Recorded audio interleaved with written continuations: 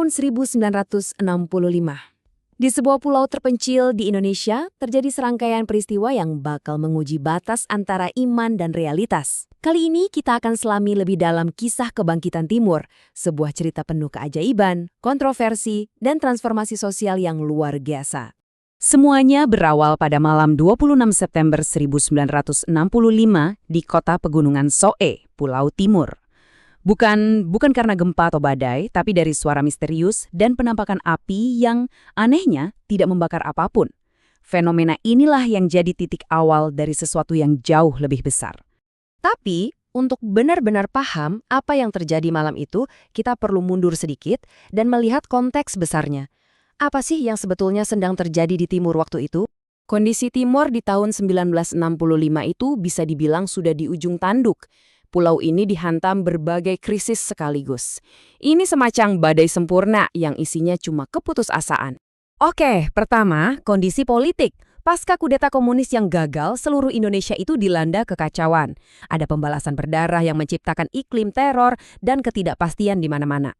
Dan Timor, meskipun terpencil, nggak luput dari situasi ini. Rasa takut itu, merajalela. Di atas semua ketakutan politik itu, datang lagi bencana alam. Selama 2 tahun berturut-turut, hujan sama sekali nggak turun. Akibatnya, di tahun 1965, kelaparan hebat melanda. Ratusan ribu orang ada dalam situasi antara hidup dan mati.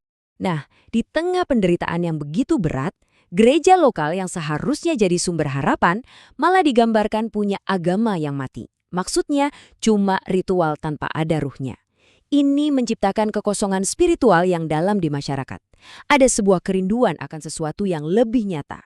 Ke dalam situasi yang begitu putus asa inilah muncul 2 peristiwa penting yang bertindak seperti katalis, semacam percikan api di tengah kegelapan. Jadi selama setahun itu ada gejolak spiritual yang memuncak pada sebuah prediksi mengejutkan. Prediksi ini datang cuma beberapa minggu sebelum kebangkitan rohani itu dimulai. Intinya, ada sebuah nubuat tentang tim-tim penginjil awam yang akan bangkit dari kalangan rakyat biasa. Dan benar saja, hanya 25 hari kemudian, di malam yang aneh di bulan September itu, kata-kata itu seolah menjadi kenyataan yang mengguncang. Apa yang terjadi setelah penampakan api itu adalah sebuah gerakan besar yang ditandai oleh klaim-klaim mujizat yang luar biasa dan seringkali sangat kontroversial.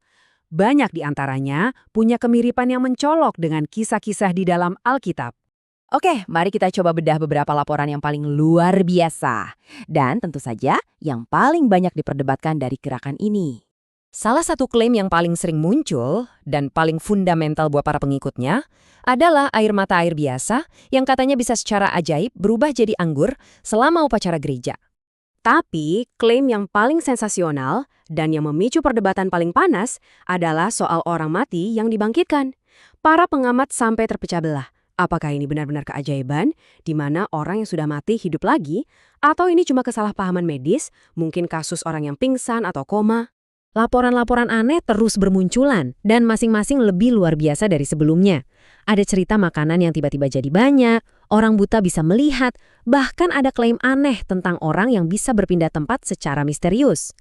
Peristiwa-peristiwa supernatural ini konon selalu menyertai para penginjil awam ini kemanapun mereka pergi.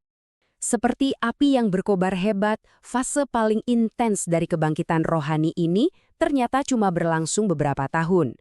Sekitar tahun 1969, gerakannya mulai meredup karena masalah politik internal gereja.